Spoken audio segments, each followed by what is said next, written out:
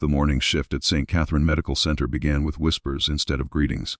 Nurses gathered near the supply station, stealing curious glances toward the newest employee adjusting her identification badge. Her name read Emma Carter. She wore ordinary navy scrubs, carried an old canvas bag, and smiled politely at everyone who looked her way. Nothing about her suggested authority. A senior resident chuckled. She looks like she's fresh out of nursing school. Another doctor added, let's hope she can handle a blood draw without fainting. Quiet laughter echoed through the hallway. Emma simply thanked the charge nurse for the orientation schedule and continued organizing emergency supplies with calm precision. Throughout the morning, the teasing continued. Whenever Emma asked a thoughtful question, someone answered with exaggerated patience, treating her like an inexperienced trainee. A few nurses felt uncomfortable watching it happen, but no one interrupted. Hospitals were built on hierarchy, and newcomers usually stayed silent. Emma did exactly that. She listened, observed, and memorized every hallway, exit, and equipment cabinet as if she were studying a battlefield map. The habit seemed unusual, yet nobody paid attention. Near noon, an ambulance dispatcher suddenly transmitted a chilling alert. A passenger bus carrying military veterans had collided with a fuel truck on the interstate. Multiple critical casualties were arriving within minutes. Every trauma room filled instantly. Doctors rushed through corridors shouting instructions while alarms echoed across the emergency department. Stretchers rolled through the entrance one after another. Blood-covered uniforms. Smoke still clung to torn clothing. Families cried outside the ambulance bay. Inside the chaos, confusion spread faster than the injuries. Two attending surgeons argued over operating room assignments.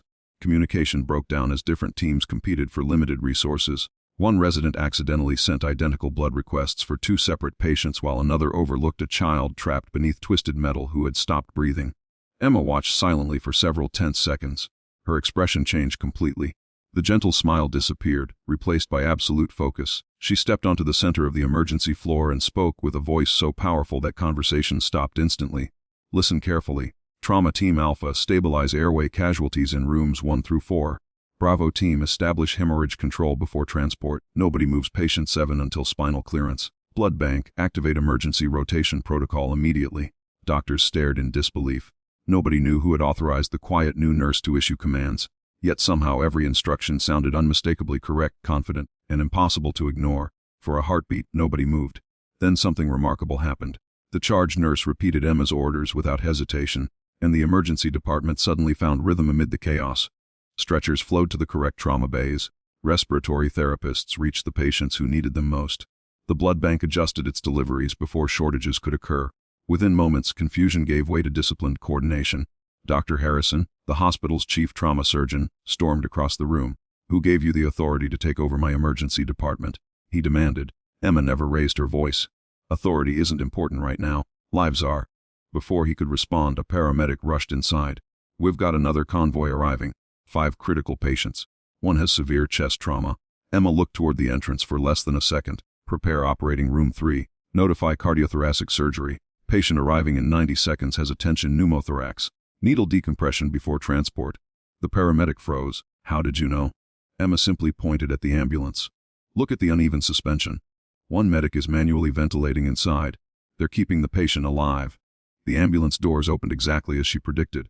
The injured veteran arrived gasping for air, his condition matching every detail she had described. Dr. Harrison watched in stunned silence as Emma's assessment proved completely accurate. Minutes later, another crisis erupted. The hospital's communication network failed after a power surge triggered by the accident's massive emergency response. Computer monitors went dark. Patient tracking systems disappeared. Digital records became inaccessible. Panic threatened to return. Emma grabbed a marker and began drawing a command grid across a whiteboard.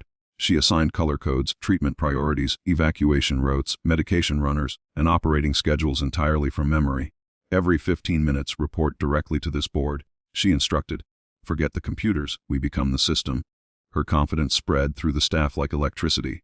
Nurses stopped second-guessing themselves. Residents worked faster because every assignment was clear. Even skeptical surgeons found themselves following her directions without realizing it. While treating a wounded veteran, an elderly man suddenly opened his eyes. Despite heavy pain medication, he focused on Emma and whispered, "Commander, is that really you?" Several nearby doctors looked up. The veteran struggled to salute despite his injuries. I'd recognize that voice anywhere. She led our rescue convoy through Black Ridge. She saved 83 soldiers. The room fell completely silent. Every face turned toward the quiet nurse who had spent the entire morning being mocked. Emma lowered her eyes. hoping the conversation would end, but she knew the secret she had carried for years had finally begun to surface. The veteran's trembling words spread through the emergency department faster than any alarm. Staff members exchanged stunned glances as Dr. Harrison stared at Emma in disbelief. "Commander," he repeated quietly, "you were military." Emma hesitated, then nodded once. "Combat medical commander, 20 years. I retired after my final deployment." The room fell silent. The same doctors who had laughed that morning now understood why every decision she made had carried absolute confidence. Before anyone could speak again, another emergency struck. A section of the emergency ceiling, weakened by vibrations from the constant helicopter landings, partially collapsed. Dust filled the hallway, trapping several patients and blocking the fastest route to surgery. Fear spread instantly. Families screamed, nurses searched desperately for missing coworkers, and the lights flickered once more. Emma reacted without hesitation. "Nobody runs," she ordered. "Follow the secondary evacuation route. Oxygen tanks stay behind the red line. Rescue teams with me." Her voice cut through the panic like a steady beacon. Every instruction arrived at exactly the right moment. Staff members moved together instead of against one another. Within minutes, trapped patients were safely rescued, critical surgeries continued through alternate corridors, and not a single additional life was lost. Hours later, the final ambulance departed. The emergency department looked exhausted but alive. Doctors leaned against walls, nurses wiped away tears, and paramedics embraced one another in quiet relief. Dr. Harrison approached Emma with lowered eyes. "This morning," he said softly, "I judged you before I knew anything about you. I was wrong." Emma smiled gently. Stress reveals character. Today gave everyone a chance to choose who they wanted to become. The elderly veteran who had recognized her was wheeled past on his way to recovery. He raised a stronger salute this time. One by one, nurses, doctors, and paramedics followed his example. The hallway that had welcomed Emma with laughter now honored her with complete silence and heartfelt respect. The following week, the hospital board offered Emma the position of Director of Emergency Preparedness. She accepted only after one condition. "Every new employee," she said, "will be treated with respect from their very first day. Experience isn't always visible. Talent doesn't wear medals." The policy transformed the hospital's culture. New nurses arrived with confidence instead of fear, teamwork grew stronger, and patients benefited from a staff that listened before judging. Sometimes the greatest heroes walk through ordinary doors wearing ordinary uniforms, carrying extraordinary stories no one can see. Never underestimate the quiet person beside you, because hidden behind humility may be the courage that saves countless lives.